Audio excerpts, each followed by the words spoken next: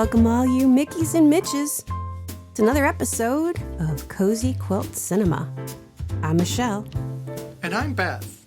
Every week, Michelle and I curl up on the couch, we watch a movie together, and then we rush into the studio to tell you how it made us feel. Not just whether we liked it, what stuck, what surprised us, but that emotional thread from our very first watch to the way it resonates with us today.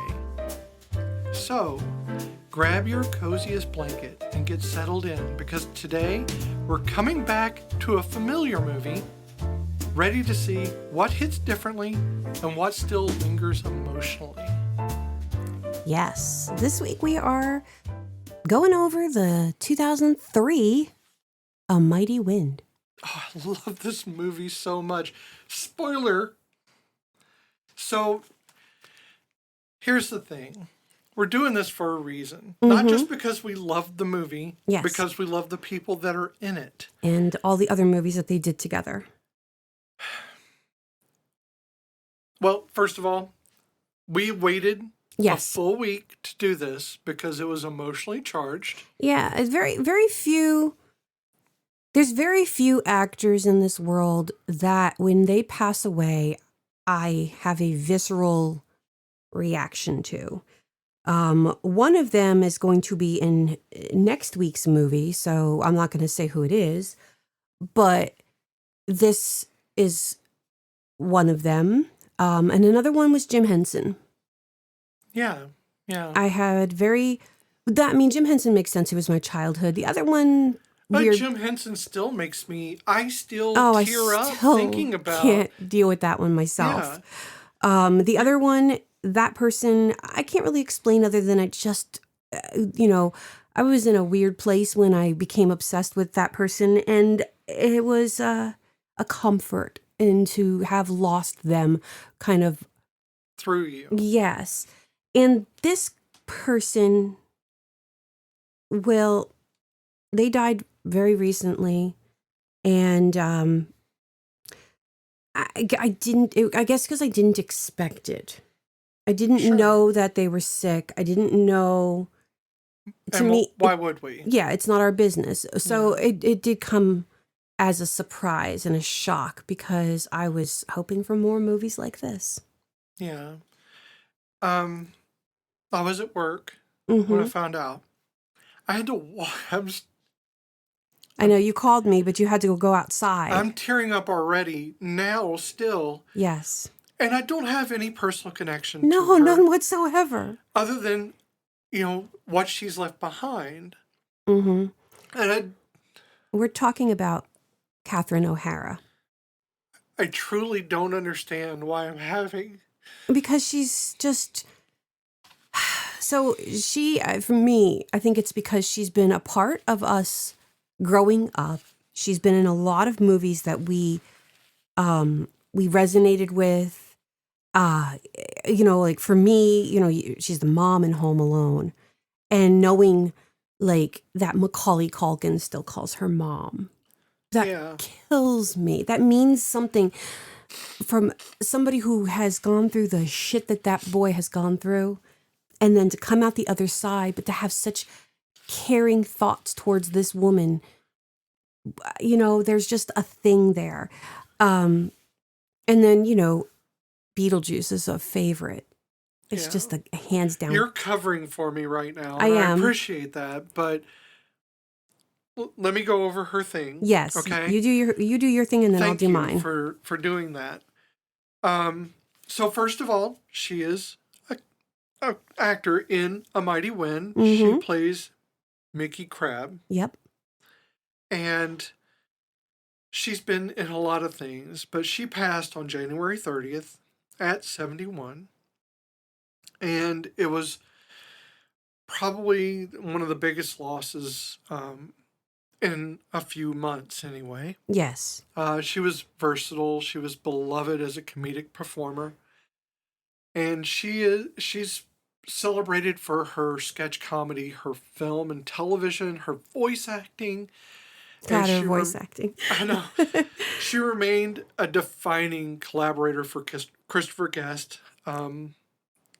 and his ensemble's like A Mighty Wind, which Eugene we're Levy, doing. him and Eugene are always writing these movies together. Right.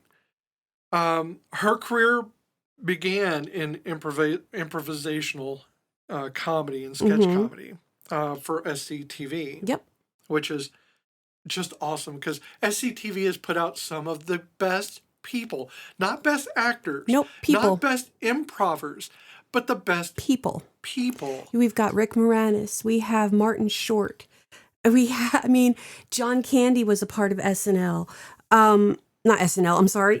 Well, he did do SNL. No, I don't think John Candy did SNL, but he did do SCTV. Yeah. So, these are people that, you know them. They're old actors, but, there are Rick Moranis alone. Yeah. He's a good person. She was in SCTV from 1976 to 1984. Yep. That is just a crazy amount of time.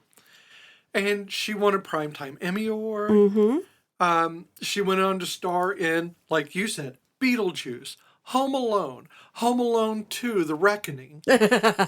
Well, it does have Donald Trump in it. Best in Show, which is another one of our favorites. I love Best in Show. Schitt's Creek, which is Moira Rose. one of the most, for me, important TV shows of a lifetime. Oh, if you've not seen this show, you are missing out, people. There's so much that just hits for especially LGBTQ people, but also those people who have to deal with the classism. Mm-hmm. It is a satire. It is a satire.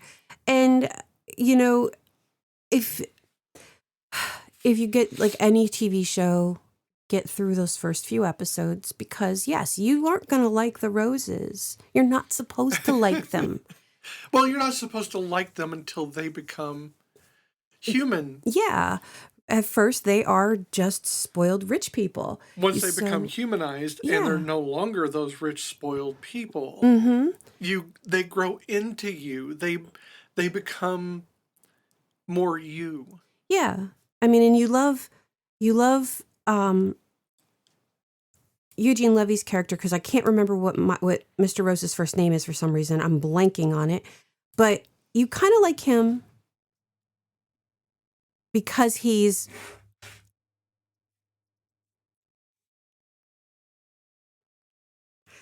kind of the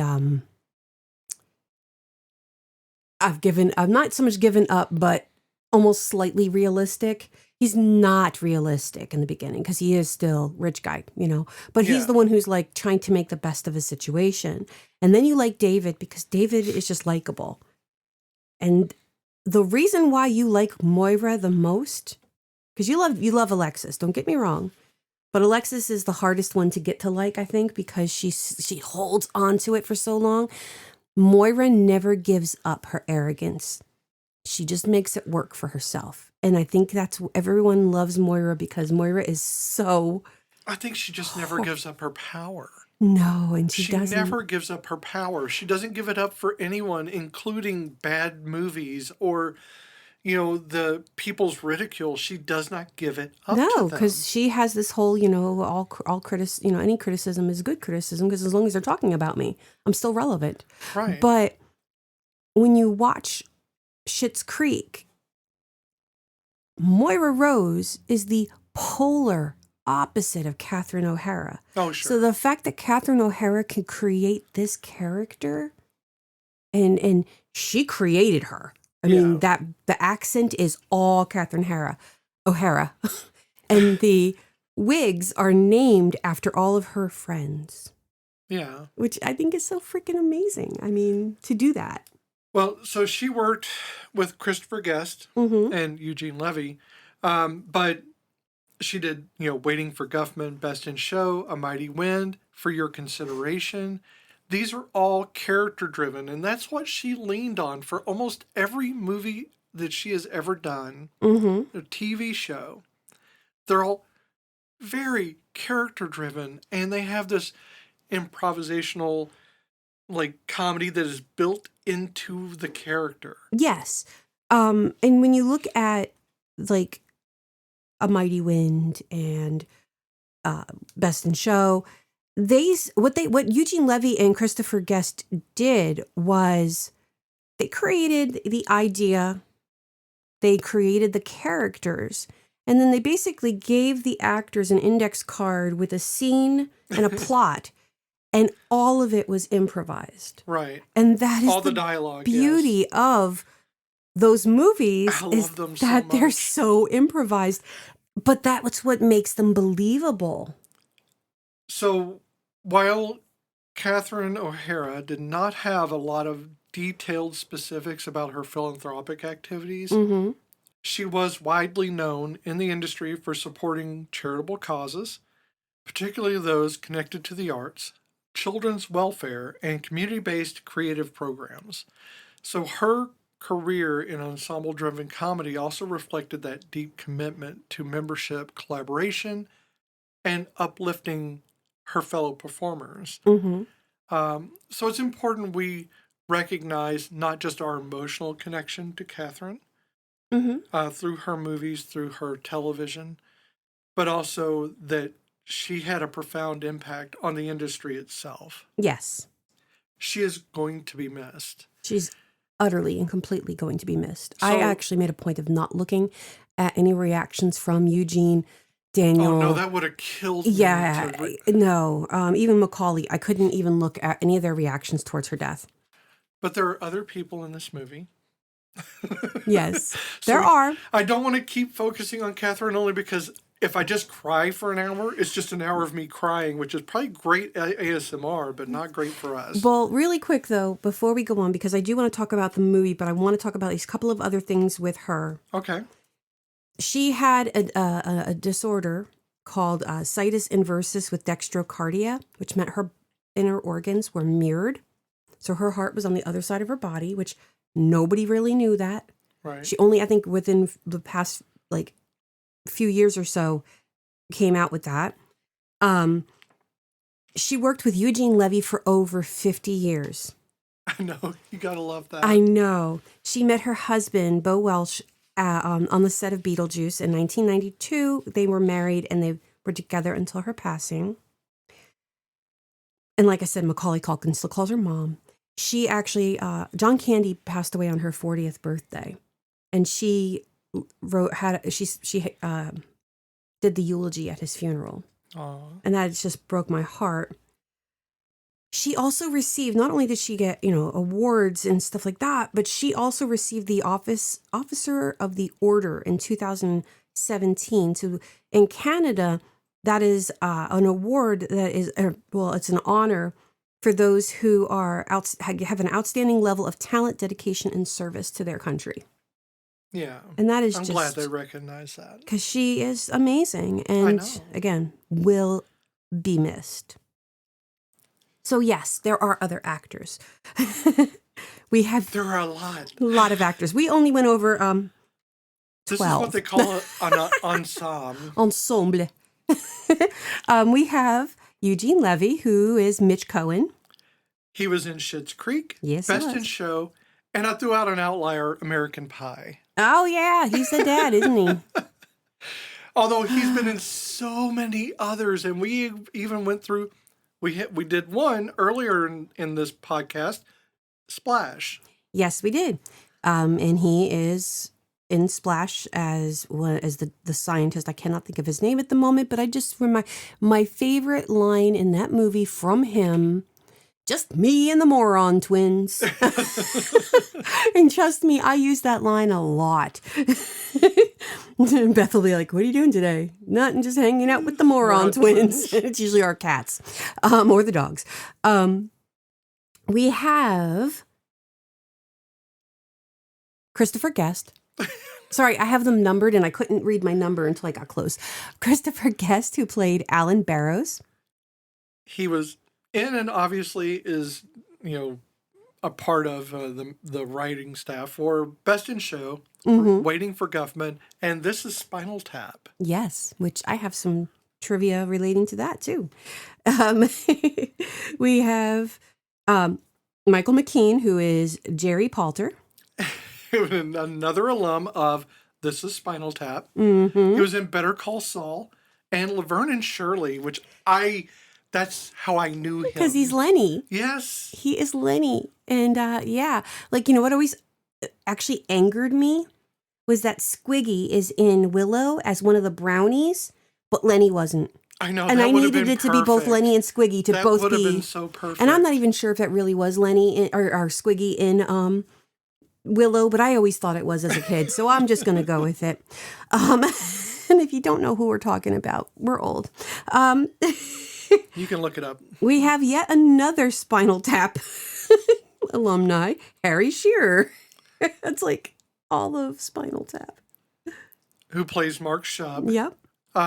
He was also in The Simpsons. He does a lot of work for The Simpsons. Oh my God, yes. And Saturday Night Live. It's pretty much on The Simpsons. If it's not the core cast, it's either Harry Shearer or Hank Azaria. Sure. It's kind of their thing. Yeah. So we have Jane Lynch, who plays Lori Bonner. She was in Glee, which I think a lot of people will know her from. Yes. Best in Show, Mm-hmm. and The 40-Year-Old Virgin. I like to put those outliers in there. Oh, so yeah, because I people honestly just don't remember. think I saw that one, so I didn't know she was in it. I know Michael Scott's in it. Sure. Okay. Steve Carell, yes. Yes.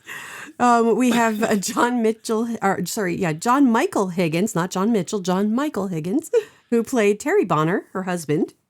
Right. He was in Best of Show, did a perfect job in that. Mm-hmm. Was in Pitch Perfect, which we did on the podcast. The Late Shift. And I'm going to throw out just another outlier just because these things are kind of fun. Yeah. He was, oh my God, Psych. Who was he in Psych? He was the, my butt crack is really long. He was the guy who was trying to get he was in love with the rich lady, right. And they thought he was scamming her. Well, he's a scam artist. Lothario. Yes, but he was genuinely in love with her. Sorry, I did the butt crack is too long as because Bob's that was Burgers. from Bob's Burgers, but it's the same type of a Prince thing. of Persuasion. Prince of Persuasion. That kind of thing. But yeah, I wanted to throw that out there just because that is funny because I forgot that was him. It's another Psych alum that we like to throw in the Psych references when possible. So we have Parker Posey, who I would like to think is the youngest person here. She plays Sissy Knox. And I love Parker Posey. I do so too. much. There's so much about her that I love. I love that she is universally the snarkiest actor Oh, yeah. possible and still be sweet. I don't even know how she manages that. Because she plays, so in here, she is playing a genuinely sweet character who had some shit happen to her, but really, that's her just talking about her past. Right. But, on Parks and Rec, she's a freaking bitch, but I love her too. But she was in Best in Show. Yes. Dazed and Confused. Yep. And Party Girl. Party Girl. That's right. So. That was her movie. Yes. So I like that. We have Fred Willard as Mike LaFontaine. Who, again, was in Best in Show. You're going to get a lot of these references. Everybody Loves Raymond. Oh, my God. Who? Yeah. Wow. And Anchorman. Yes. He's also the car driver in New Girl when they go to the Moby party. That's right. the Lyft driver or whatever. Yeah. Oh my God, he's in a lot of things. Because didn't he have also a cameo in How I Met Your Mother?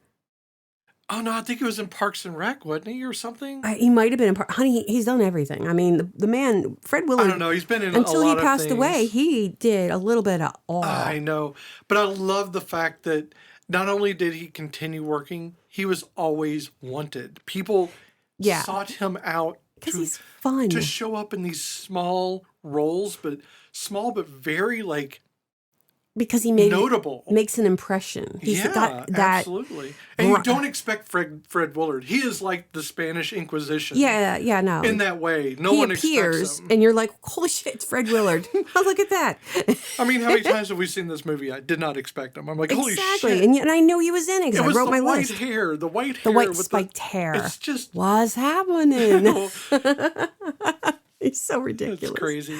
We have Ed Begley Jr., who plays Lars Olfen, who uses every Yiddish word he knew in that opening scene with him. Which I think is entirely unfair. Because he used them all. But he was in he was in Transylvania 65000. Yes, he was. Yes, he was. He was in Saint Elsewhere. Oh my which God. I love that show. It's been so long. And She-Devil. Okay. I think I know that one. Well, that's the one with, oh my God. Sorry, I didn't know. Roseanne, right? Well, yeah, it's Roseanne, but it's also Meryl Streep. Yes. So let's not forget the headliner of it. I know, but but unfortunately, it's a Roseanne. And Linda Hunt. So oh my God, Linda Hunt was in this. Holy crap in a hat. Yeah. And, and last but not least, we have the woman, the myth, the legend, who I, honest to God, I want to be her best friend, but Beth wants just a fraction of her bravery. Her bravery of performance. Her no fucks to give is Jennifer Coolidge. I would actually love to be able to do her voice. Yeah. That would be... Oh. Probably what she's best known for most people, is Legally Blonde. Yes. Played a great role in that.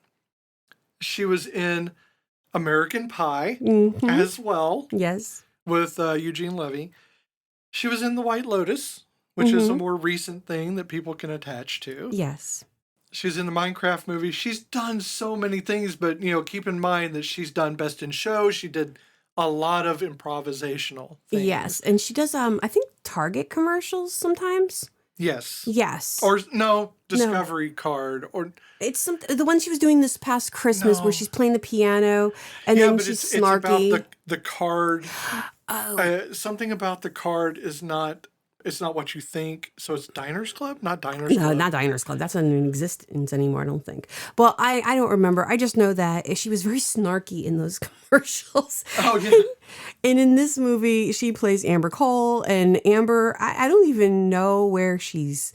That accent is like mail order Russian bride without it being a mail order Russian bride. I mean, she just had a... Discover Card. It's not sponsored. Okay, not sponsored, yes. But yeah, her character in this movie, I could not really I couldn't place her.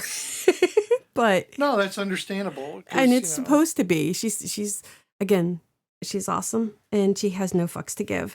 Oh my God, her and Ariana Grande when they do the mirror scene. Oh yeah. Oh my God. Yeah. It's so good. I love them. I love them both, but I love her. So yeah, that is like a fraction of the cast. That is but a fraction, and we don't leave anyone out without. I mean, we can't just keep going through this. There's just too many people. I do want to bring up, however, and I think you meant to bring them up, and I probably derailed that. Is Bob Balaban? Yes. Yeah, Bob Balaban. Jonathan Steinblum. Right, and his character kind of kicks all of this off in the first place because it was his father that died. Yes. Not in real life, the character's father. Right. He was also in Best of Show. He was in The Monuments Men, Moonrise Kingdom, which is an excellent film. I love Moonrise Kingdom. Dogs, Absence of Malice. He's been in a lot of things. This man's, everybody in this movie. He was in Close Encounters, for Christ's sake. Yeah. So, 1977, as a child, I watched him. Mm-hmm.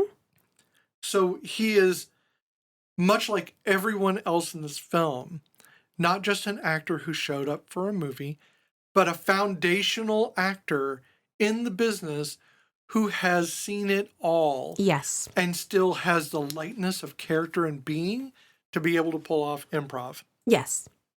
And he is thoroughly annoying in this film. Oh, utterly. And I love it. Oh, I know. Him fussing over the flowers in the foyer. And then the guy's just like, I'll just get a beer sign and some carnations. And he's like, well, that's just tasteless. And it's like, but you've been just fussing about this beautiful arrangement. And then he's like, just be careful nobody pokes their eye out. I know, but not only did he do that, but he brings it up on stage. After the fact. Their eyes poked out.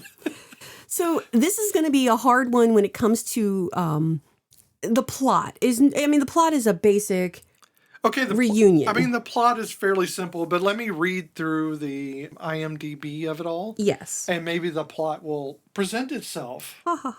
So the IMDb is, when folk icon Irving Steinblum passes away, he left behind a legacy of music and a family of performers he has shepherded to folk stardom. To celebrate a life spent submerged in folk, Irving's loving son, Jonathan, has decided to put together a memorial concert featuring some of Steinblum's best-loved musicians. There's Mitch and Mickey, who are the epitome of young love until their partnership was torn apart by heartbreak. Classic troubadours, the Folksmen, whose records are endlessly entertaining for anyone able to punch a hole in the center to play them.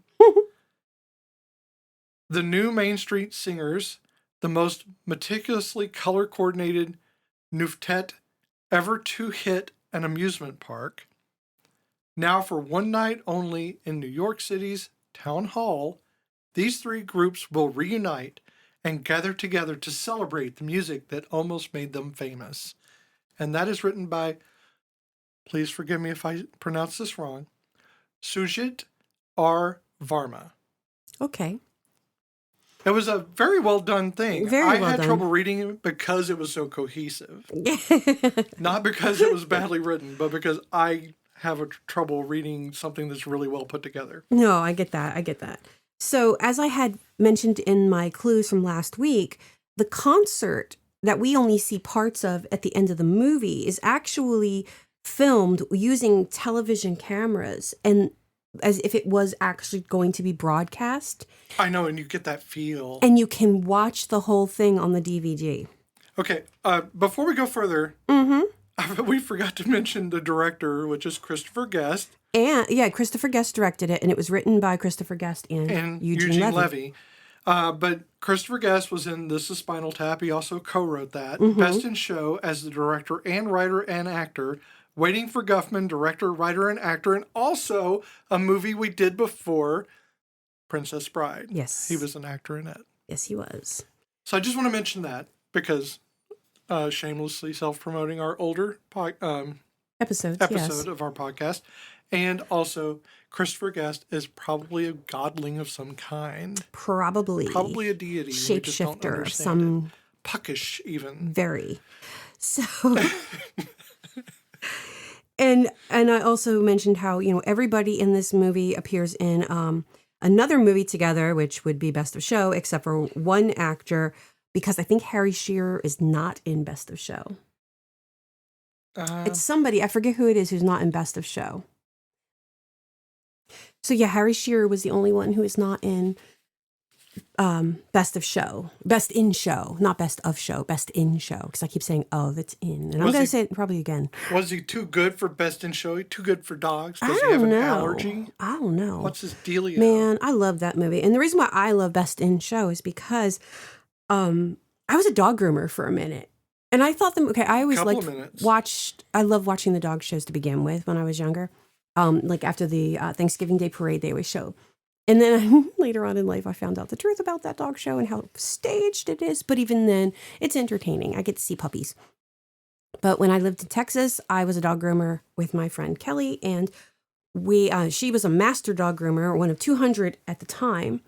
And she taught me a lot about dog grooming. But also, that was like her and me. Like we would watch that movie and just... She's like, that's tear correct. It apart. No. Kelly she said that movie was pretty damn good. Oh, okay. When it came to like how they showed it. And she goes, and honestly, the backstage stuff, pretty ridiculous. It gets pretty crazy back there. Yeah. So we are doing this podcast, this episode, the day after we intended to do it. Yes. It got very late. We had a D&D game that was encroaching. Yes. And we really wanted to play. And we didn't want to come to this rushed. No. Nor did we want to come to it half done. We saw half the movie and we're like, we can't finish it. We need to start again the next day. We'd had a busy morning, so it wasn't like we'd gotten to it. So you're getting a different energy right now. Yeah, we're doing morning energy as opposed to exhaustion. Which is much like my night energy, but with morning breath. I don't know. I got coffee breath. I did brush my teeth, but you'd never know because, coffee. Coffee breath. So, A Mighty Wind is a gentle and affectionate mockumentary. That's the whole point of it. It is not a action-based thing. It is about aging folk musicians reuniting for a tribute concert. Yes. And now actual folk musicians from the 60s, like Arlo Guthrie and such, wanted to be a part of this. And the reason why Christopher Guest was like, I don't want to do that, is because he felt it would have taken away the parody aspect of it, which it would have. And he was trying to like not offend them, but at the same time be like, guys, this is really supposed to be making fun of y'all, Well, it's not making fun of really you, making but fun like of them, but really being satirical in their view of what's your importance in the world. Yes. And how the world has moved on. Mm-hmm. I mean, we literally have one of the biggest bands of these is playing in a theme park. Yes, and that is the new Main Street Players or singers, right? Players? I only wrote it down. It's the new Main Street Singers. I don't know now. Now I'm wondering. Now I really am questioning what I wrote.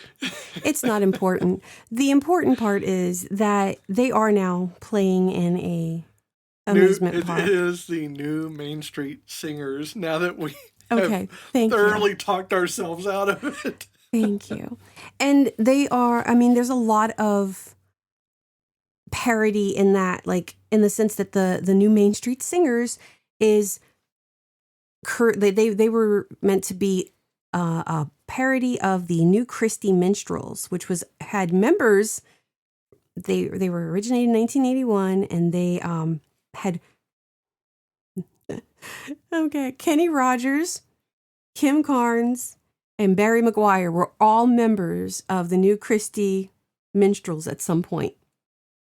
So I guess they were meant to be like Nickelodeon putting out the hits. Ish. Nickelodeon kids, Disney kids, they kind of grow up to be the I was thinking more of Menudo. Oh, sure. I guess, Where, but like, you they can't say out. Kenny Rogers wasn't a star. Well, but he wasn't then, I think, when it started. But I'm saying that's what they churned them out. Kim Carnes. Yeah, they were drawing in people who would later become stars, is what I was getting at. And Christopher Guest's character, Alan Barrows, he mimicked his character to be like Peter Yarrow from Peter, Paul, and Mary. Right. Which, if you don't know, you know, and then after this, because you look at him and you're like, oh, yeah, no, that is totally, that is totally. What is your favorite Peter, Paul, and Mary song? Because everybody has one, and they don't even realize it. I couldn't tell you. Well, most people say Puff the Magic Dragon. That's my most nostalgic one. Mine is Cruel War, but that's because I got to sing it on stage.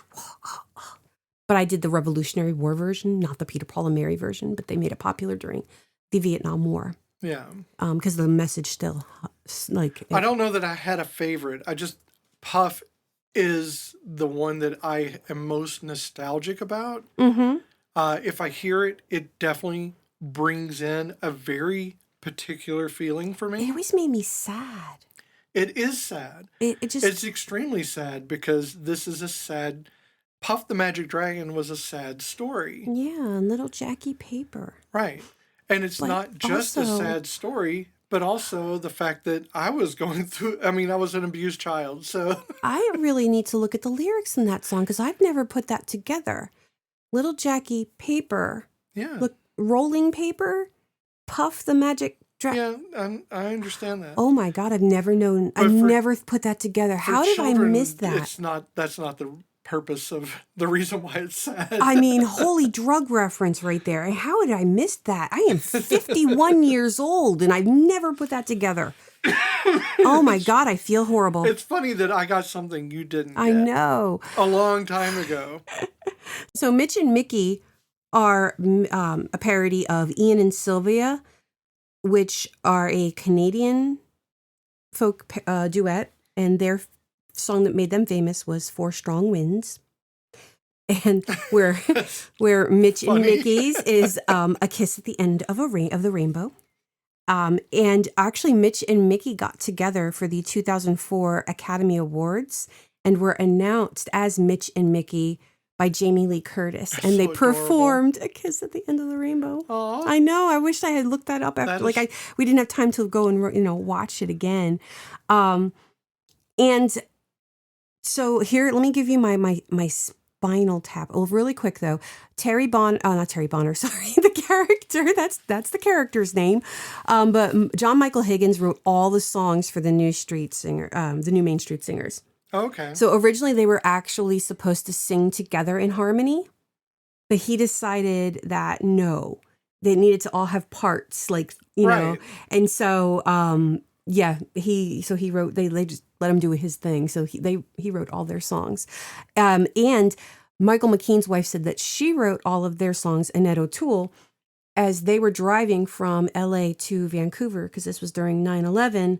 And she was on Smallville at the time, and she had to get up there to do Smallville. So while he was driving her, she wrote all of the Folksmen's songs. Oh, okay. The Folksmen, I'm just going to keep on going here. The Folksmen originally appeared on Saturday Night Live as a sketch in 84 and 85. And especially when Michael McKean was opening, he was host, because Shearer and Guest were members at the time. Right. The Folksmen opened for This Is Spinal Tap at multiple concerts and were booed off because the people didn't know that it was the same guys that they were there to see. And just my last bit of rando throwing this out it's not my last one, but this is my moment here. The drill your hole thing. So in the movie, the Folksmen are talking about, and this is Harry Shearer, I believe, is talking at this point about how they were signed to this one, distribution group for their albums. And you had to punch a hole in the Well, then record. they got put to another one, which they were kind of downgraded. Right. And that's when you had to drill your own hole. So apparently in the 80s, I guess it was, or maybe it was the 70s. I didn't get a year on this one, but there was a punk group, an acid punk group called Gay Bikers on Acid. Gay, Gaye, Gay Bikers on Acid, who literally released an album with no hole. The B-side had a black dot that for you to drill your own, and the album was called Drill Your Own Hole. That's actually brilliant. Is that not brilliant, or like the triple entendre? Oh, there's so much going on there. So much. And Parker Posey and Eugene Levy both had to learn their instruments. They didn't have to. They wanted to learn their instruments just for this. They didn't have to learn. They got to learn. So does that mean that Catherine O'Hara already knew how to play that? Yes, the dulcimer. That is awesome. Yeah. I love It's not a dulcimer. No. Why did I say dulcimer? I think it was an auto harp. Yeah, auto harp. I don't know why I said dulcimer. Because Sylvia played the auto harp in Ian and Sylvia, so I think it's why. So, yeah. I went on. I know, that's fine. But there was so much information. This is a talky podcast. But I thought it was such interesting information. And I love that they parodied actual bands. Well, except for the Folksmen actually is supposed to be like, I think, I forget who they're supposed to be like, but the Weavers. Oh, okay. So in the beginning of the movie, I know who that is. Well, no, because I wrote it and it got kind of. No, I said, oh, okay, as if I knew who that was. And I don't even think it's the Weavers. I might be wrong on that one, but they in the beginning of the movie, when you first meet the Folksmen as grown adults, and they're old men now, not old men, but old-ish men. They are at a reunion, and it looks like a family barbecue. Okay. And that's done to mimic a documentary that was done called The Weavers. Wasn't That a Time? Where they're doing a documentary. It's this folk band or this band doing their documentary at a reunion. Type of a thing that at one of the members had this big farm, and they were doing it that way. And so that's why they're sitting at this looks like a backyard barbecue, but it was supposed to be their reunion. Okay. I just thought that was really cool and neat. So I think you covered everything. I think I did. Thank you, everyone. Good night. Don't forget to tip your host. They'll be here all week. Yep. So yeah, what are the emotional, of course, we never even asked because we just went right into this. How did you feel when you first watched this movie? Confused because I didn't understand. So I came into this movie, I think it was playing already. So I was like, is this a documentary? Wait a minute, I know that actor. Wait, I know that face. So it was like my brain trying to catch up with what I was actually seeing. Not understanding it's a mockumentary. Yes, you're trying to because I'd come to seen terms this with it. one, and I really wasn't quite grasping the whole, because again, I didn't know anything about it.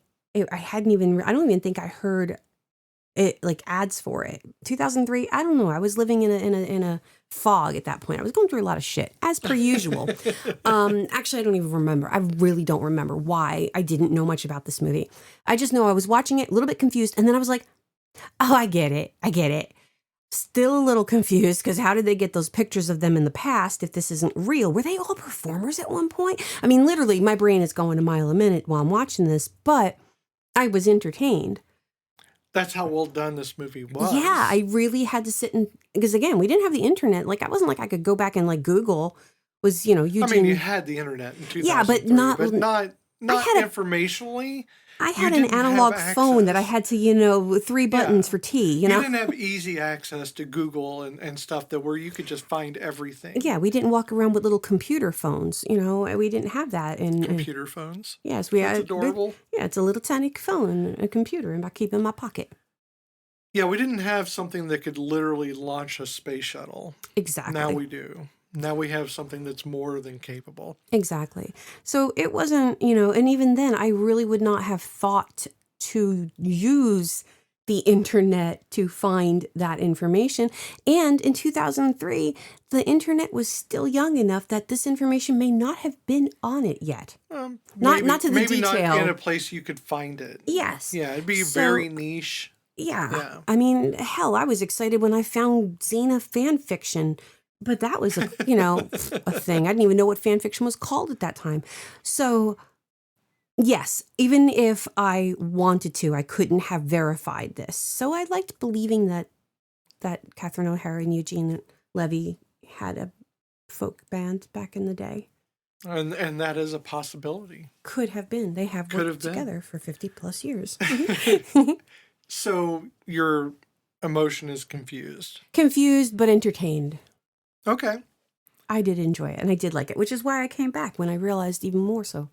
I came to it after knowing Waiting for Guffman, which is the only one that I saw in the theaters. I don't think I've seen Waiting for Guffman. Okay. I think that's That'll be the one I've not seen yet.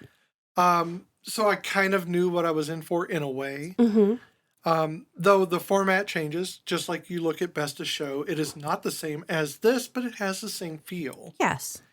And when I saw this, I think I was just over the moon that so many people were doing improv. Mm-hmm. There's something so emotionally raw about improv. And maybe it's because I can't do it. Maybe it's because I can do it and I appreciate it. You'll never know. That was improv. But I think that that's hip hop. I literally was going to say that. Damn it. Sometimes improv is knowing what's going to happen. That's hip hop. So for me, I was thoroughly happy. I was kind of ecstatic to see these people ensembled again and to know that they were continuing this. And I want more of this in different formats. I want more of these things. Yeah. This movie hits on so many notes, and we'll get into that. But I was so excited and happy that this existed because I saw this, I think, I may have seen it on when we were doing the Netflix DVD. Yeah, back in the day. I think they actually still have a DVD thing. I think that only ended like last year, maybe. Oh.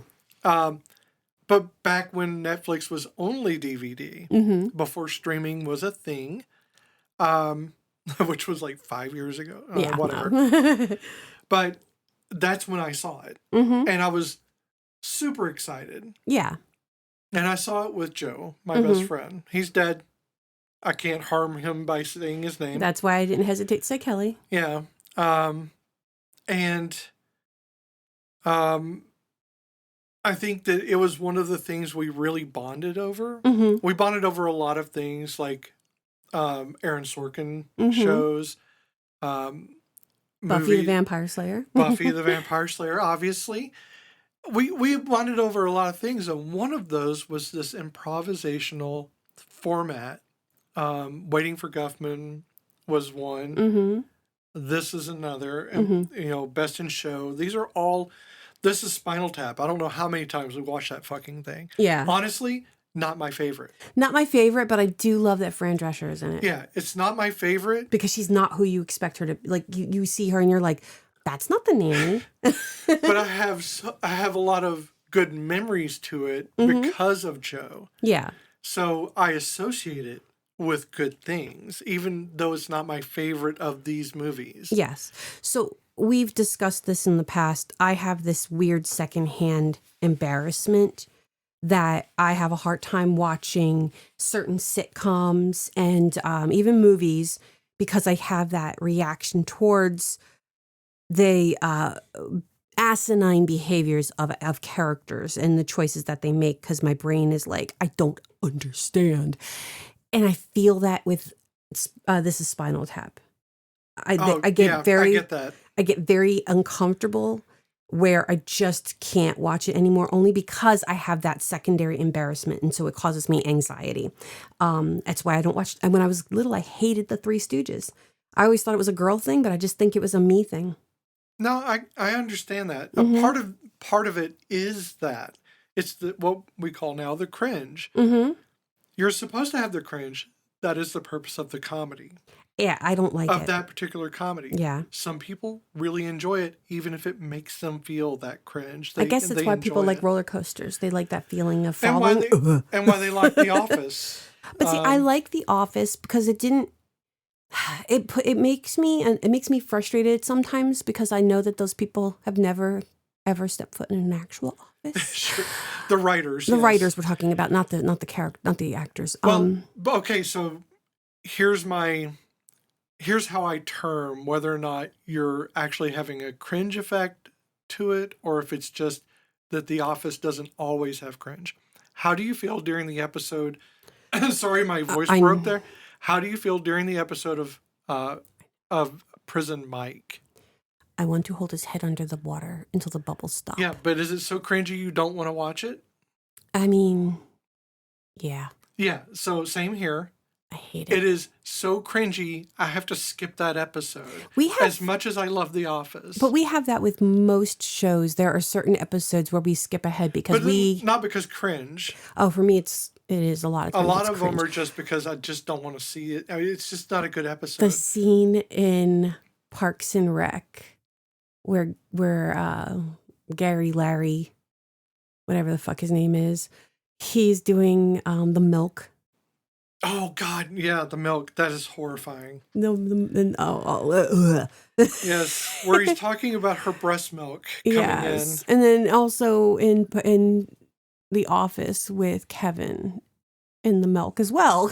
What is it with yelling at breasts? I mean, screaming at breasts. That's not. Oh, you morons! But yeah, so yeah.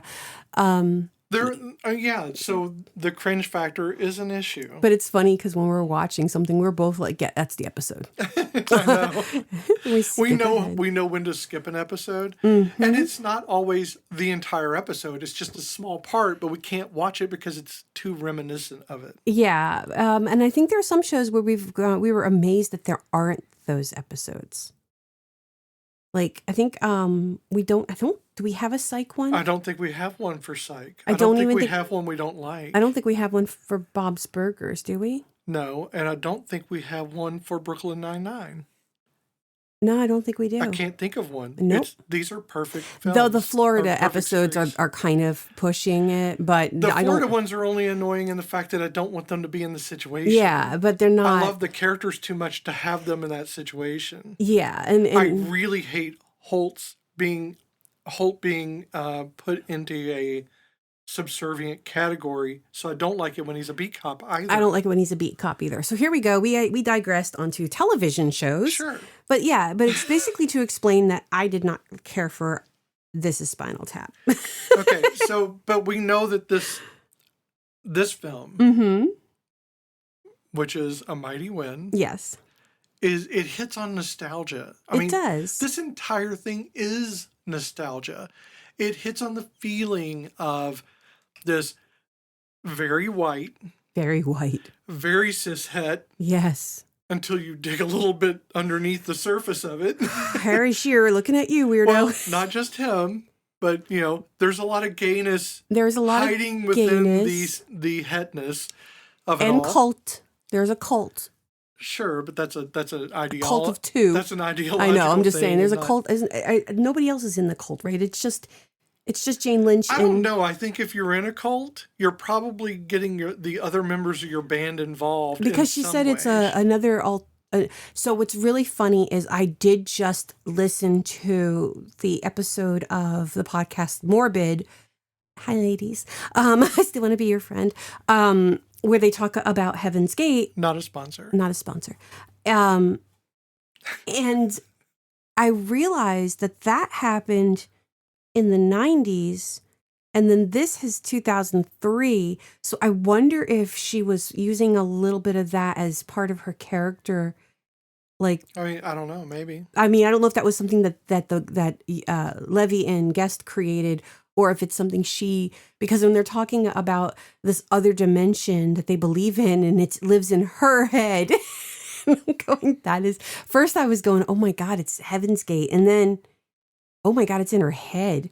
And then they're sitting there humming and indigo. I kind of don't think that it was planned. I think she just came up with it. I think it's because brilliant, the look on his face isn't just fear, but him going, I've got to think of a name. I got to think of my lines for this. Yeah, because John Michael Higgins in the scenes when Jane Lynch is talking about her and him and their relationship. Well, first when you meet them together, and again knowing that this is improvised, Jane Lynch, chef's kiss, bitch, because this shit. She's like, oh yeah, well when we met, I was doing this, and then I ended up in a sex.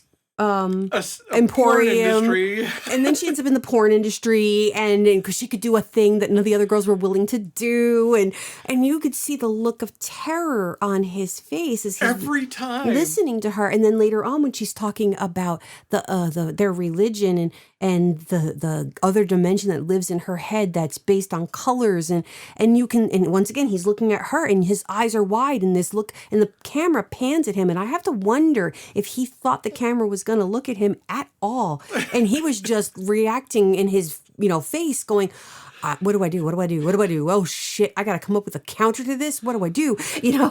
And so what I love about this is we're going to get so many people commenting on YouTube, because it's normally where I get comments. Yes. About how none of what we're saying is true. That this was written into the film because they know it so much better. But we're just observers. Mm-hmm. We're not experts in the film. Nope. We're not experts in any particular industry. Nope. That handles it. We are fans. Yes. And we're okay with being wrong. Yeah. I'm fine. Because we're talking about emotions. And all I know is that when I was doing my research, it said that the character backgrounds were created and that the actors were given index cards with a scene outline with a plot.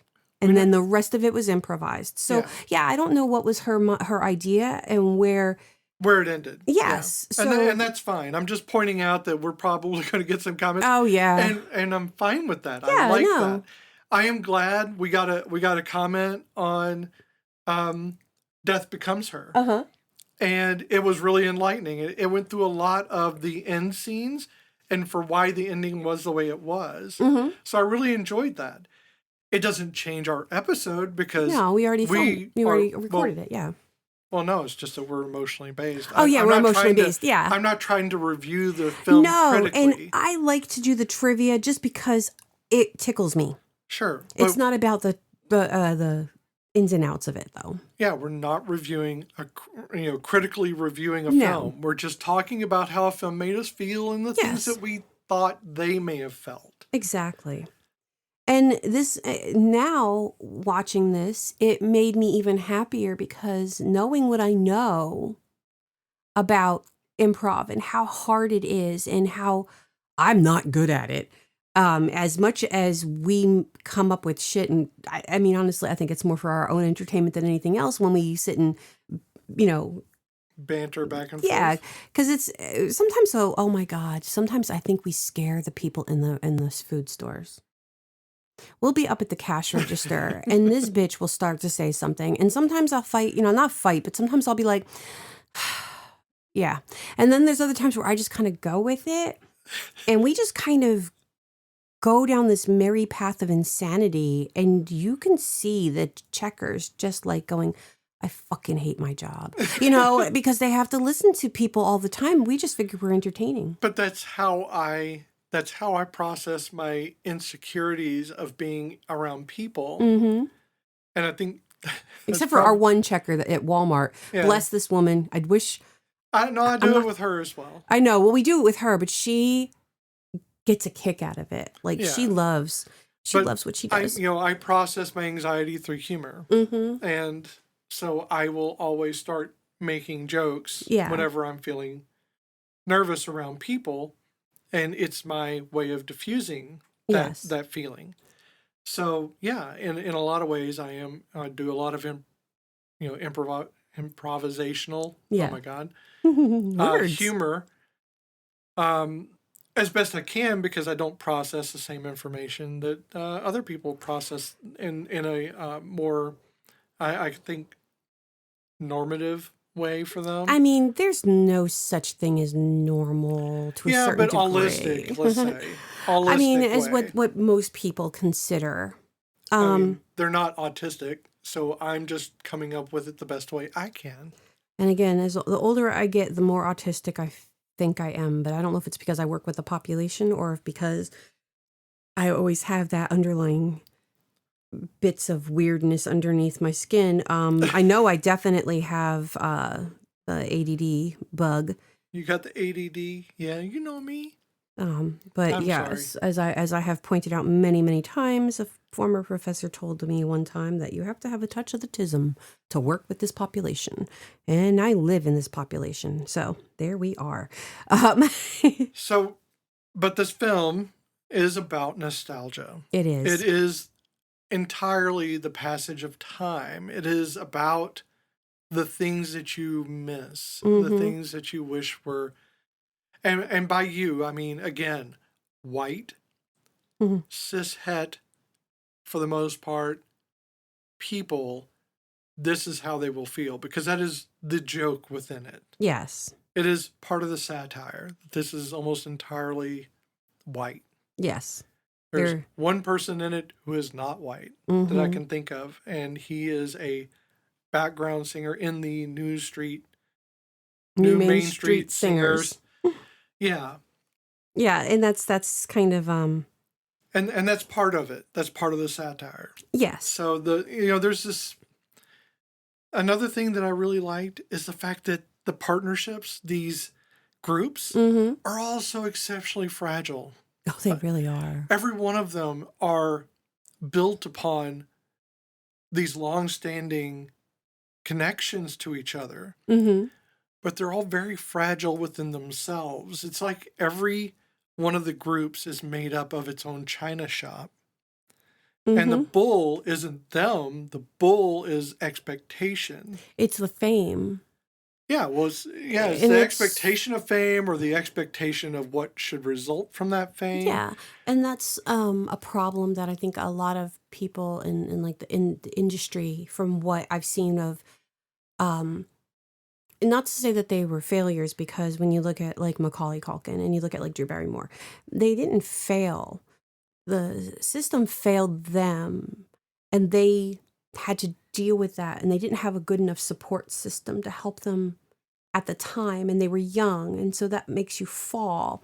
And then you look at like just bands that have disappeared, Like they would have those, you have those one hit wonders and then they break up. Or you have ones that you're thinking, oh my God, this is it. They're going to have like the best career. And then the next thing you know, you never hear from them again.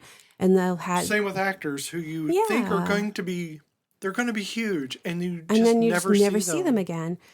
And it's because it's a hard industry to begin with. And sometimes, like you said, it's the expectations in that industry that it puts so much pressure, not only in just the keeping up being awesome. You have to look a certain way. You have to behave a certain way, dress a certain way. And that after a while, I could imagine that would be exhausting. And part of that is this performance is bringing all this back up. Mm-hmm. Even if they've been playing together, they're remembering that time where they were much bigger. Yes. Not playing in a theme park. Exactly. When they were on stage. And some of them never saw that. No. They're having to live up to an expectation set by other the people that came before them. And now they're in the band. Mm-hmm. And it's not as great as it used to be. Yeah, and that would be mostly the new Main Street Singers, because with Mitch and Mickey and the folksmen, they are all the same original members, but it's the new Main Street Singers. I forget the Main Street part.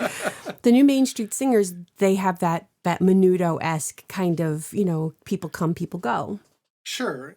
And it's the name Mm-hmm. that they live on. But again, it's devolved to they're playing in theme parks, not on stage. They're playing out in the street in a theme park. Yes, kind of like in like a little Diaz and our Diaz. I always say it wrong.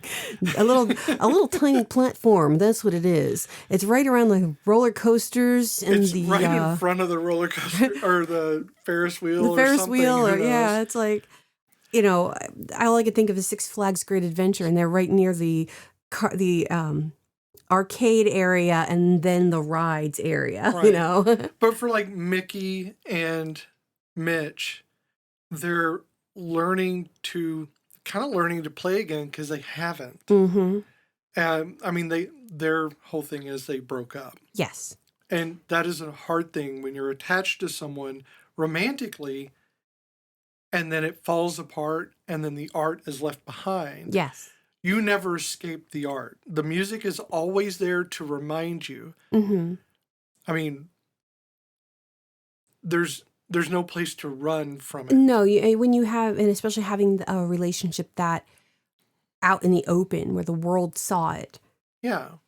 I could not imagine, having to deal with that pressure of you can't fight in public because, people are going to be like, oh, and that when you have to turn on and be on all the time, you don't get to be human with your partner. So then sometimes that can be wearing and that can be an issue and can cause more strife within the relationship. Well, you never get the closure because you just fell apart and there was no way to get the closure because the expectations were there for y'all to be together. Mm-hmm.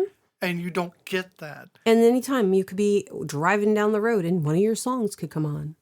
Right. I mean, but it lives in your head. Yeah. I mean, this was like one of their favorite songs. They loved singing it and they loved it because they loved each other. Yes. And then to have it not be there, but the song is still there. Mm-hmm. It is, you can't get a break from it. Nope. It's always in your heart. So the song becomes this endless torture for you. Mm-hmm. So it's no wonder they feel so awkward with each other. And Mitch is not right. Well, he's definitely not holistic. No. I'm not saying, and in no way are they alluding that he's autistic. No. And I wasn't thinking that. I was thinking of, I was thinking on the lines of Syd Barrett Brainbird. Sure. They don't really say that he did a lot of drugs, but they also didn't say that he didn't do a lot of drugs. Well, I think also he just probably lived through like several decades of severe depression. And I don't think it had to do with her. I think it had to do with Mitch himself. Oh, definitely, because he doesn't have any, like when the dude in the studio is talking about how she's throwing stuff at him but Mitch, he just lost it, but he didn't say what happened when he lost it. But you know that he ends up in a mental health facility. Right. And they were like, well, he left too early. I think it just broke him. I think it did. I don't think he had an outburst. I think he just broke. I think so. He stopped being a person. He withdrew. Mm-hmm. And I think that's what they're talking about. What they're referencing is this man who was, and you see him in the films, in the nostalgic scenes where they're singing and he's animated. Yes. And but he's now not like that. He is very much, I don't want to say like a lobotomized, but definitely like he is shut off emotionally. Yes, and he's having to come up with the words for those emotions. And when he's talking, he does have this drawn out, and then he like says the, so it's like he's got to. Me in a lot of ways. I do too, but I find with Mitch at the end, he's become more healthy. He even says, "I am happy." Well, that's the point. He got to have that closure. That is it. They both got to have this closure because her marriage was just a marriage with a guy. They didn't attach. No, he like miniature trains. And he was always on the other side of the room. They had a marriage of convenience, not a marriage of love. No. And I think this allowed her to move on as well. I think both of them never got that closure. Mm-hmm. And they never, at least she never realized she needed it. Mm-hmm. Because for her, the pain was the point. Yes. Being in that emotional pain was how it was. Mm-hmm. Because you just lived in it. Because she never really got, I think, the emotional attachment she wanted to have with Mitch. Mm-hmm. She loved him, but he never fully committed to her in a way that she felt she needed. Yes. And I think that Mitch never was able to voice his love outside of poetry or song. But he found that voice again after this reunion because he said, I'm writing poetry again. Right. And that's beautiful. And it's not love for her. He found the ability to feel again. Yes. He unbroke himself. Yes. And I really, and I love that for him. I mean, because Mitch, to me, is one of the most endearing characters in this film. I think it's also, I love Mickey too. Oh, I do love Mickey too. I love that she got her closure and maybe she can emotionally commit. And I love how she cares enough that when he goes out for some air and then she can't find him, yes, they're supposed to be going on stage and that's probably freaking her out that he's not there. But she was genuinely scared for him. Yeah, she was worried about him. She's like, he could be face down in a gutter and it wouldn't be the first time. I know. And it's like, God, she's been through a lot with this man too, So with the Folksmen, their thing is very much like a friendship that just kind of, okay, so here's what it reminds me of. It reminds me of the Beatles. Mm-hmm. Okay. And that whole thing with the drummer, like is the unluckiest drummer in history. Yeah, because he left and da-da-da-da. Yeah, it wasn't that he was unlucky. It's just that and there was nothing wrong with him. It wasn't the fact that he was too good looking. There's a lot of rumor.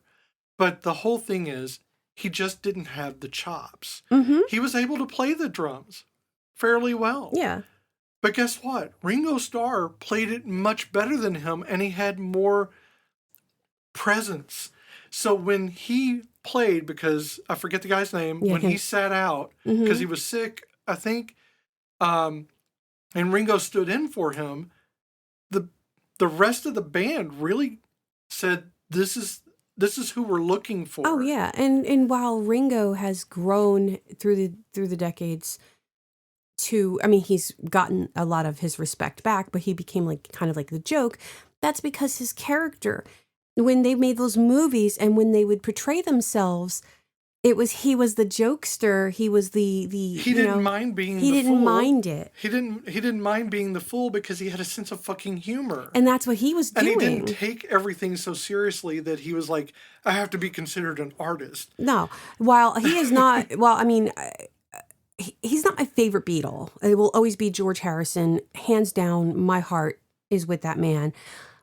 But Ringo is not, I don't dislike Ringo. And I love him even more now as he's gotten to be an old man, because he's even funnier now. When he was Mr. Conductor in Thomas the Tank Engine, before George Carlin, I mean, that was awesome. But then George Carlin took over and it was even better. But even then, I loved it. And we're not a music podcast, but so I'm talking about the Folksmen. I talked about TV. Yeah. And they're reminiscent of that. Yes. Because you had 2 original members, Mm-hmm. and then they found a third who fit them. Because they were a different band. It was just the 2 of them, and right. I forget what they called themselves, but then they brought in... Right, and they made it a threesome. Because one sang high, one sang low, and they needed a middle. Yeah. And you always need that to have a nice rounded sound when you've got strong male voices. You need to have that balance. So for them, it was about this collaboration that started out of friendship. Mm-hmm.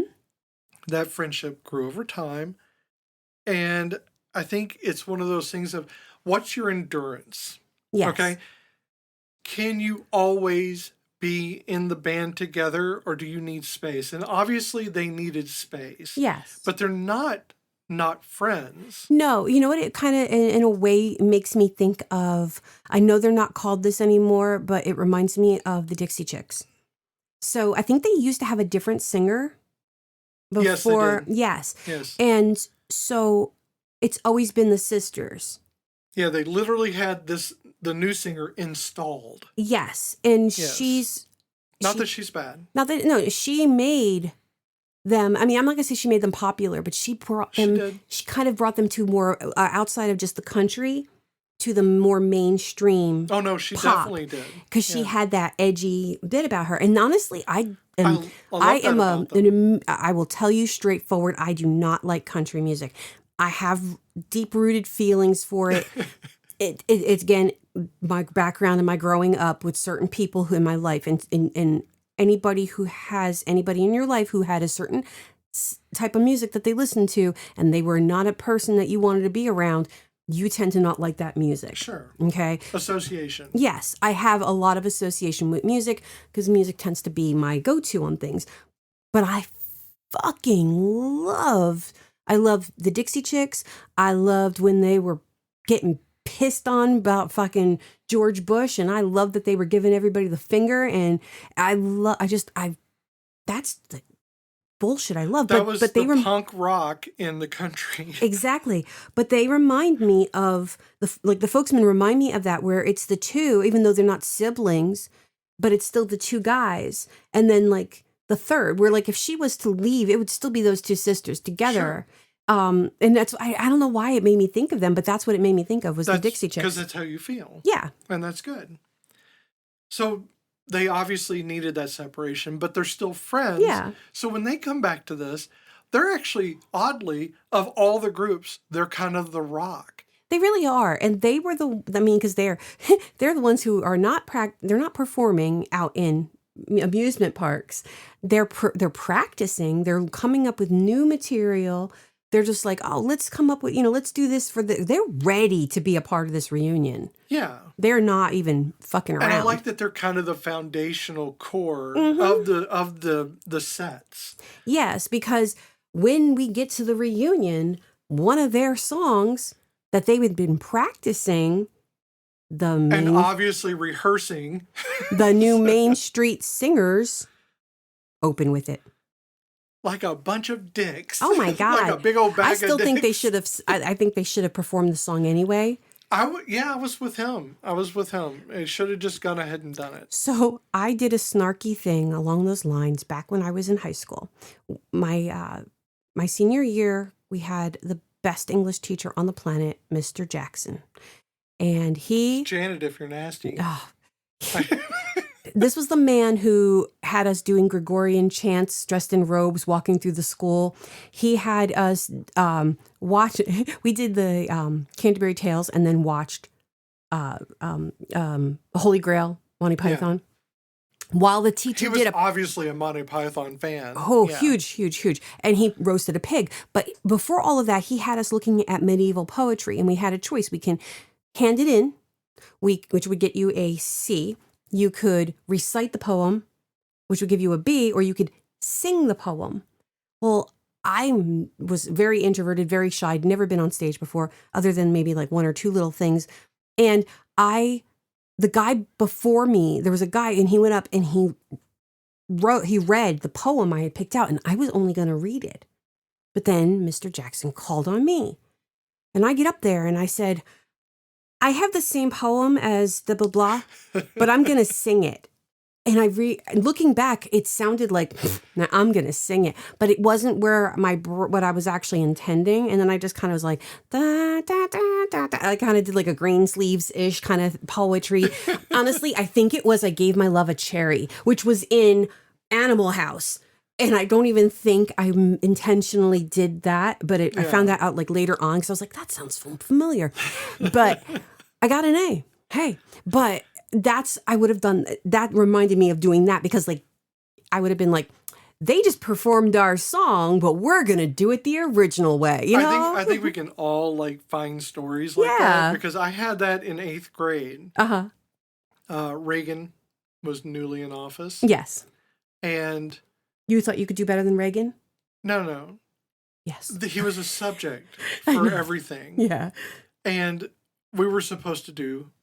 These book reports. We're supposed to do like a small biography.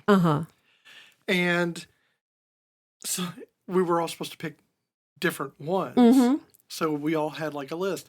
Someone picked Reagan and did it before me. And I'm like, what the fuck? Now I've got to do, I'm still got Reagan. But I got to do work. But now I have to do it better than them to get a better grade. Yeah. So I had a couple of my friends pretend to be Secret Service. That's nice. And I acted the biography as Reagan. Mm-hmm. That's cool. So I tried to do the voice and do the, well.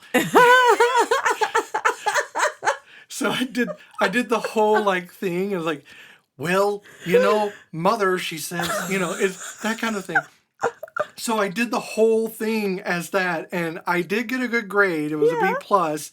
But the other person got a C minus for going against the thing they actually originally picked. That's funny. While it wasn't, I've been there. I've done those types of book reports, but where the teachers actually wanted us to. I think I did Judy Garland dressed as Dorothy, and I did Bette Midler being interviewed by Oprah.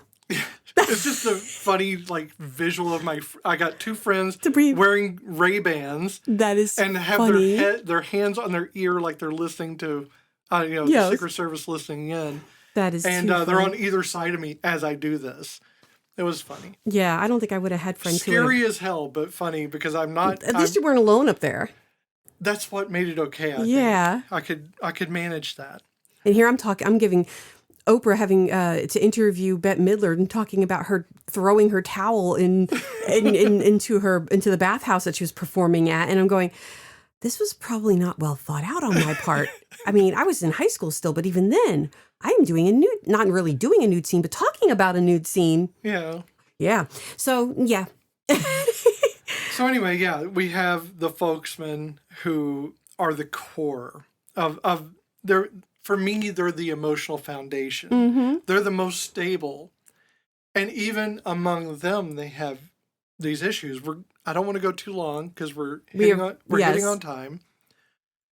But if you look at Mark Shub, who at the end, after the concert's over, and they're talking about where they are now, what they're doing. Yes. She has come out. Yes. And I think it was a nod to the fact, as a trans woman, I do not see an issue with this.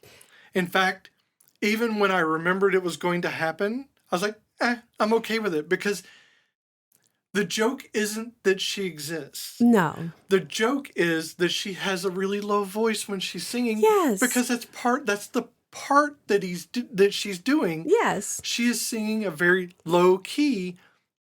And at the end, after she goes, like, EAOs, she does a little flip. Yeah. And I'm like, okay, I love the fact that Harry didn't make her into a trope. Yes, it wasn't a parody of somebody who is transgender. He was portraying somebody who was genuinely, I used to be, I was a bald man, and I realized that for the rest of my life, I want to play with these guys, perform music as a blonde woman, as who I really am, a blonde woman, not a bald man.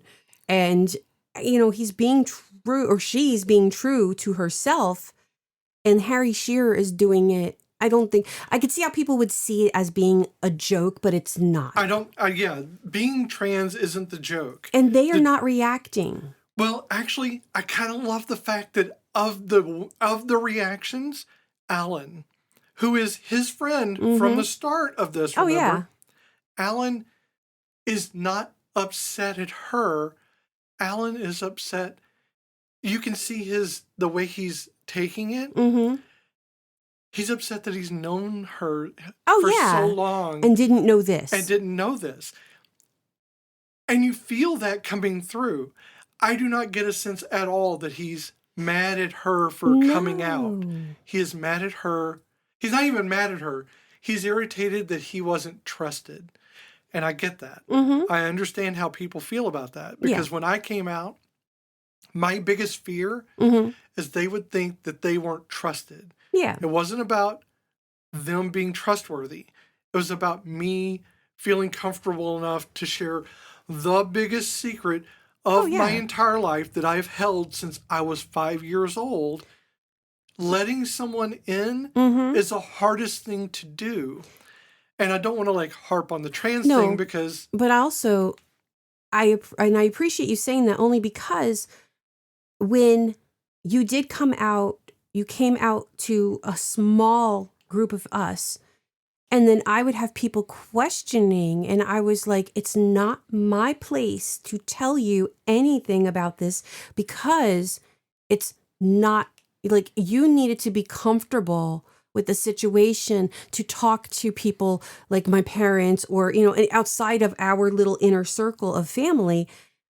And when I say family, I mean friends too. Right. It's our little... because I view family and friends as the same thing. So for me, I was getting frustrated, not with you, but with the people who they would find out or just get, hinted ideas of, and would come to me and, well, is this true?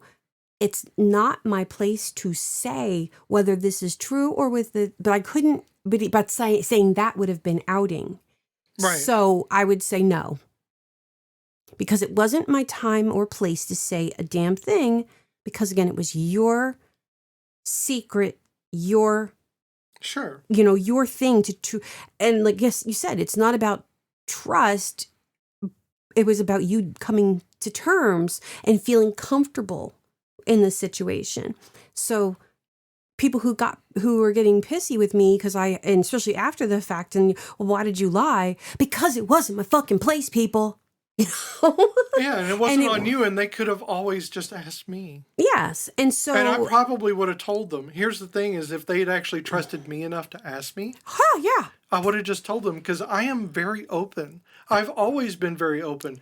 Coming out was the best thing I ever did. It was the absolute best, other than marrying you. Tease face. But other than knowing you, and marrying you and getting to live my life with you, coming out was the best thing I ever did, because I don't think I could ever be true to you without being true to me. Yeah. So I don't think I ever would have opened up to you in any emotional way if I didn't do that. Yeah. So now I'm more cognizant of all the things I want to tell you, I'm able to tell you, because I've already told you the hardest thing. Yeah. So everything else is kind of like, it's icing on the cake.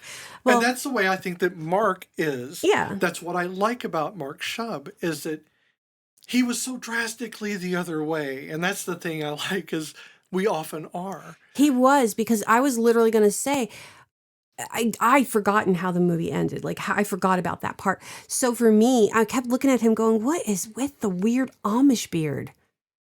he has the And most. she noticed it was disappearing slowly from his face. It was going further and further. Yeah, but he was doing what I did, which is gradual transition. Mm-hmm. It is, if I gradually transition, will they notice I was ever presenting as a boy? Yeah.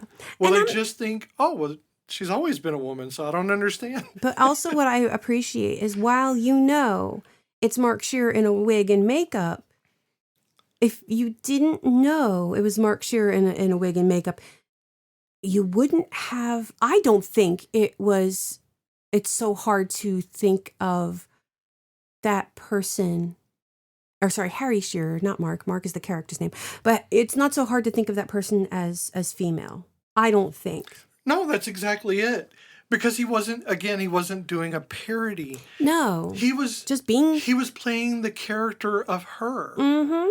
And that makes all the difference. I think he was so very respectful with it. I think so. I think they all were. I think the movie handled it with grace and dignity and still used comedy without being mean about it, without being a bully about it. I agree. Without making me feel, I did not feel any cringe at all. No. Now, I'm not saying other trans people won't. You are perfectly right to have your own feelings. Your feelings are valid. You will either come to terms with it or you won't like it. And that is okay too. Yes. You're free to have your emotions.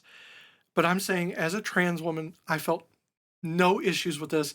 I was happy to be represented by Mark, or what did he say? Harry Shearer, but it's Mark, the character's name. I don't think did they say the name? She did say it when the character did say it, but I kind of want to say Linda, but I could be wrong. I can't remember. But anyway, Harry did a great job. Yes. I felt no issues with it. I felt they did it with respect and still with a comedy I appreciated.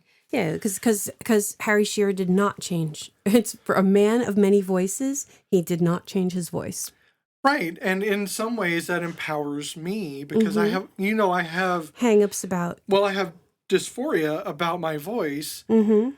So you will hear all these versions on the podcast over time where I tweak the mic settings. Now, I'm not trying to make myself more feminine or could just use the voice changer thing on here. Okay. What I'm trying to do is relieve some of that bottom, relieve the bass of it. Mm-hmm. So that, because I know I don't sound deep. Mm-hmm. I don't have a deep voice. But I have that affectation of years of trying to portray a man to everyone else. It's hard to unlearn that thing that I did learn in order to fit in. And now it's the ghost I can't shake. So that dysphoria hangs around because I learned the trait, not because it was inherent. And me, I just want to sound like Kathleen Turner. I mean, who doesn't? Oh, God. She's amazing. I mean, even with her basses and altos, I would love. When she started doing like a lot of the movies and stuff, especially like Jewel of the Nile, stuff like that, I wanted to be her so badly. Oh my God. She was so beautiful. And the voice, her voice was silky and rough at the same time. Oh, yeah. It was like, here's what it is. It's like if someone took a lingerie and slapped you with it. I always say honey over gravel. Yeah, but it's so beautiful because it's got authority. Mm-hmm. It's got a feeling of authority and a feminine power. So I don't like the taste of scotch and whiskey, but her voice is smoky scotch. I can see that, like a smoky whiskey of some kind. Yeah, sure. Something, even though I couldn't, it's what I imagine it tastes like. Yeah, no, I get that. Yeah, because I don't like the taste of it, but it's what I imagine. Scotch is highly upsetting because it's called scotch, but does not taste like butterscotch. I know. And it looks like it should, Well, that's why they don't put butter before that. Because if they did that would be false advertising. But it looks like it should taste like butterscotch. I know, baby. I'm sorry. So we're going to do something a little different. And this is going to be a longer episode, only because we're introducing a new segment, sort of. Well, we're readjusting. We're readjusting an old segment. So this is called the Stitch Count. Does this movie create a cozy quilt? So before we wrap up, we're going to try this, the Stitch Count. where we gently tug at the seams of the movie that we just watched. This isn't about perfection or gotchas. It's about whether the movie actually holds together when you look at who gets to matter and why. So we're going to run through 3 lenses. First, we're going to stick with our tried and true Castellini, where we check if women aren't just present, but actually speaking, and structurally necessary to the story actually ending the way it does. Then we're going to look at inclusivity and gaze. Who's included? How are they treated? And whether the camera and the narrative respect them as full people instead of just set dressing. And then finally, we're going to measure everything against the Tremors gold standard.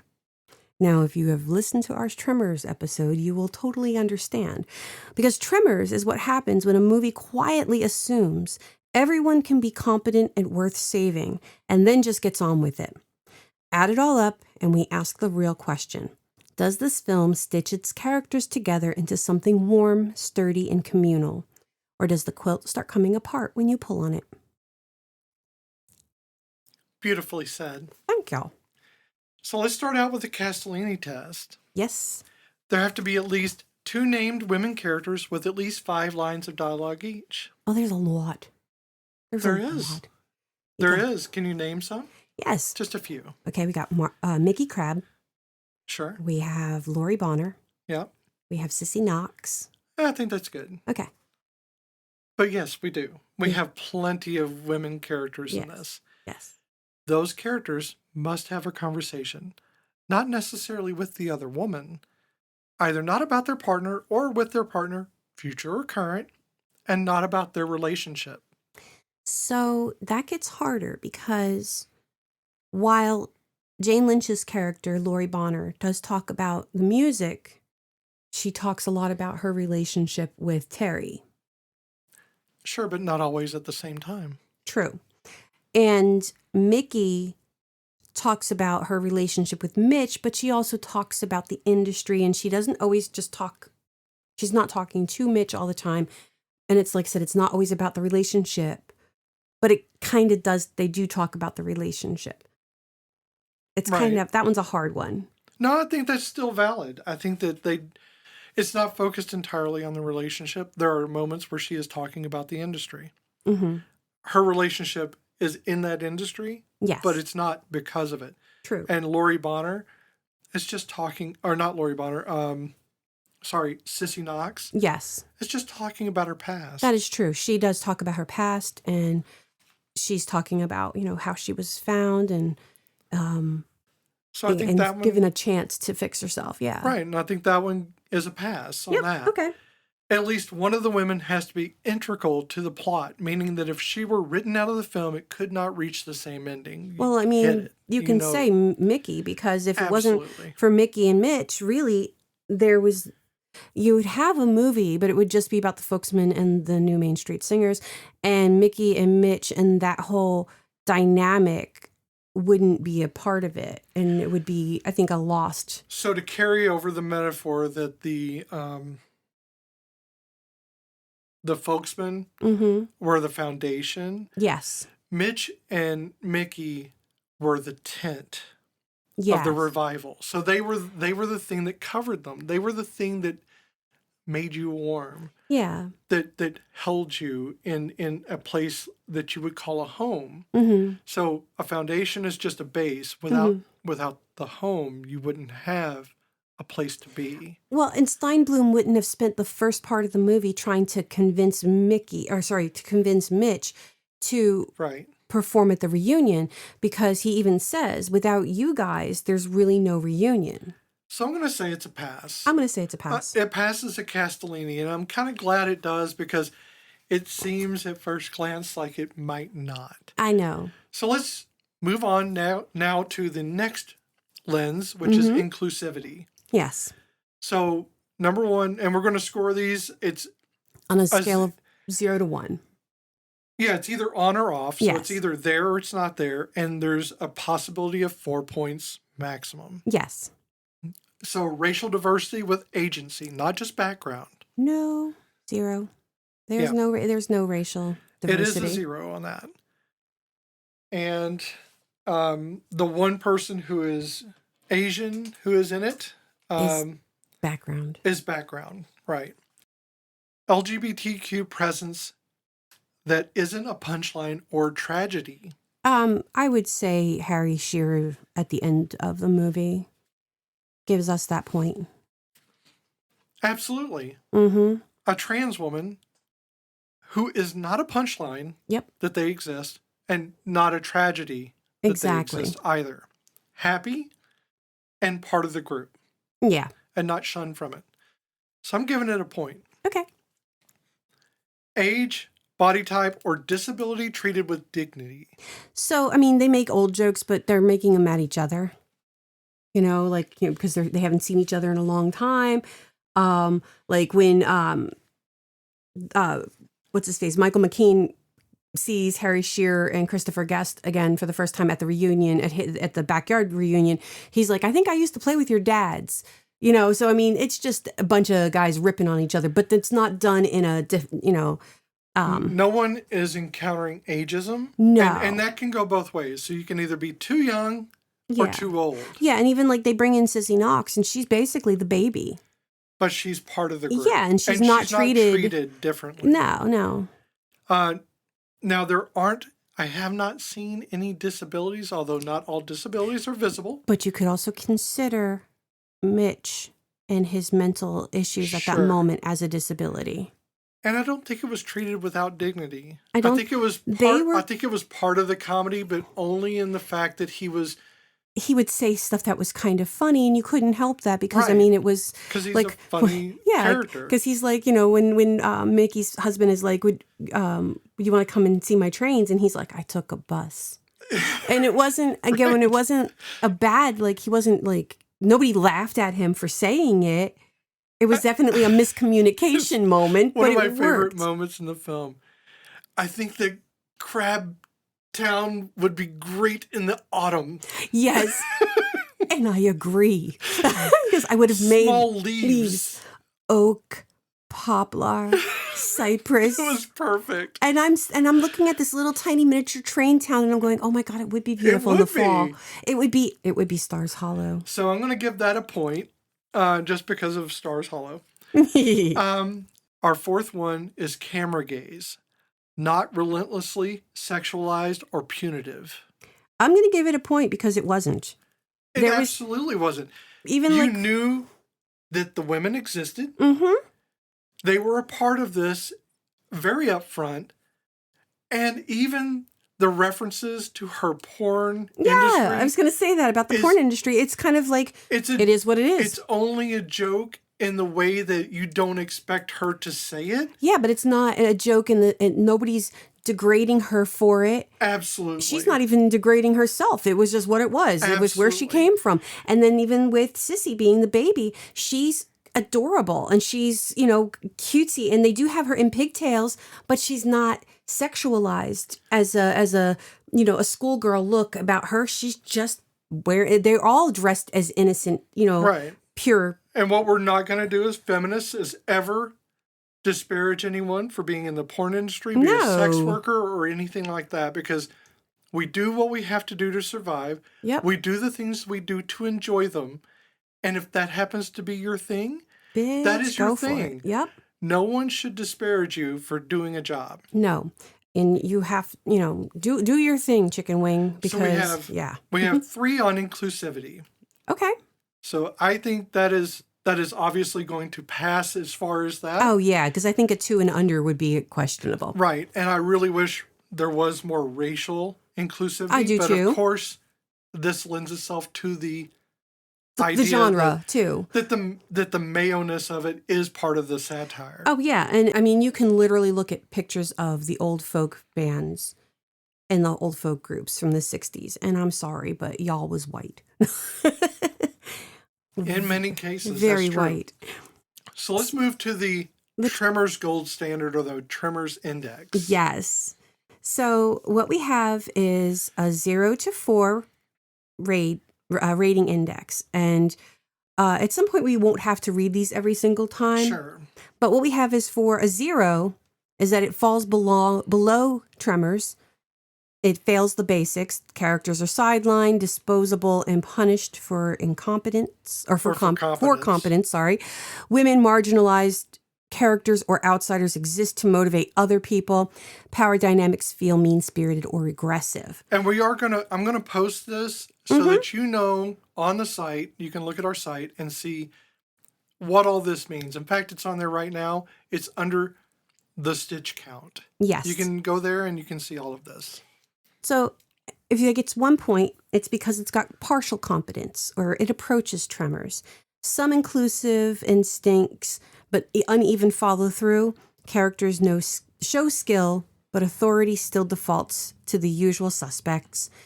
Progress, but with friction. Now, if it gets 2 points, it is tremors adjacent. Solid, respectful, functional. Diverse characters are allowed to be good at things. Survival and problem solving matter more than ego, and no one is diminished to make someone else look good. 3 points is tremors level, the gold standard. Competence is distributed across gender, age, class, and personality. Women make critical decisions without comment or apology. The narrative assumes equality and moves on. Survival requires cooperation, but not dominance. And for 4 points, which we've yet to meet a 4-point movie. True. Exceeds tremors. Rare, powerful, and intentional. Matches tremors baseline and adds explicit thematic depth. Inclusivity is both baked in and examined, and the film would be lesser if any of its marginalized characters were removed. So where do we sit with A Mighty Wind? Okay, now I know this is going to seem weird, Mm-hmm. despite the fact, and we've already gone over this in inclusivity, so I'm not going to hold it accountable on that end. Mm-hmm. But I'm going to say it's the gold standard. It's a 3. Because I think that the competence is distributed evenly throughout. No one is lesser. There's no group that is better than the others. They appreciate each other for what they are. True. The women, they make their own decisions. Yeah. And they don't have to apologize for who they are. No, no one does. No, none of them do. I was going to fight you on that at first. I was going to say a 2, but you're making good points, and I do see that. So maybe we split the difference in a 2.5. There's no points. It's just boogers. Whole. So you tell me, why would it be a 2? Well, at first I thought because I was thinking of the diversity. But you're right. We've already acknowledged that in the inclusivity.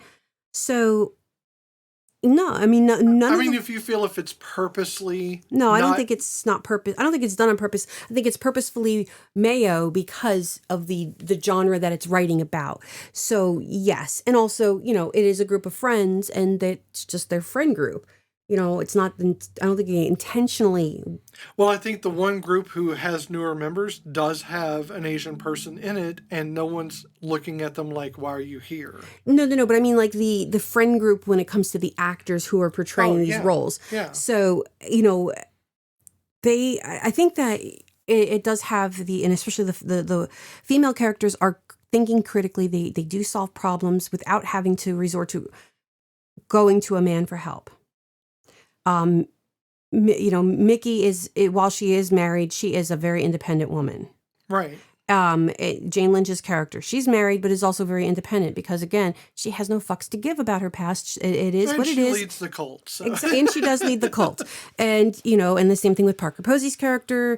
Yeah, I was on the streets, but here I am now, and I am doing better. And she's happy. And she's very happy with herself and who she is. So, yes, I'll agree with you on the 3. So, yeah, A Mighty Wind gets a gold standard. Okay, so we passed the Castellini test. We have an inclusivity of 3 and a tremors of 3. It hits tremors level. Wow. Yeah. That's a pretty good. That is a pretty good movie. Now, does this count for anything? No. This is just our own thing. We're giving a gold star to a movie that did things well. And, it didn't need a gold star? No, but we gave it one anyway. Do they care? No, Probably not. But We care. Yeah. And that's what matters. Yes. I will post the results in the show notes, and I will start doing so moving forward.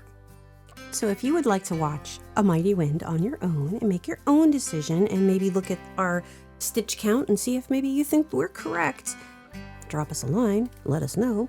But you can watch it on Pluto TV for free, Google Play, YouTube, Apple TV, Netflix, Amazon, Prime, or Fandango at home as either a subscription or rent it for $3.99. Thank you so much for spending time with us as we talked about A Mighty Wind 2003. This has been Cozy Quilt Cinema with Beth and Michelle.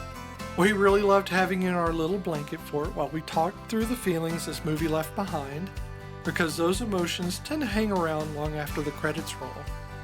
If you'd like to keep the conversation going, you can find us on Instagram and Blue Sky at Cozy Quilt Cinema, or you can send us thoughts and reflections at cozyquiltcinema@gmail.com.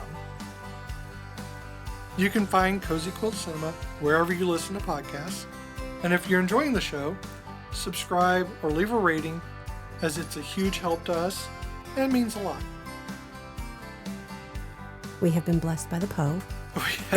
She come in with her jingle bells. Okay, so here are your clues for next week's episode. We're switching gears, folks. This is a wholly different feeling. This movie stars a wizard, a zombie killer, Zimby. a zombie killer, and the Featherington matriarch. Mwahaha. Also, while this movie ends with a memorable kiss, one other kiss in this movie was the actor's first one on film. Interesting. I can't wait to figure out what it is. I'm going to look it up on the Google. So until next time, my friends, I'm really craving a hot dog. I couldn't remember I was how going to say there's a kiss at the end of the rainbow, you weirdo. I was going to do the Jennifer Coolidge thing, but I couldn't remember how the line went, so I blanked. That's okay. We'll do her line at the end of this. Okay. So I'll fix it in post. It's going to be fine. You're going to be okay. It's almost 2 hours of this. yes, guys. We have to go. Bye. Bye. Yeah. Thank God for model trains. Oh, absolutely. You know, if they didn't have the model train, they wouldn't have gotten the idea for the big trains.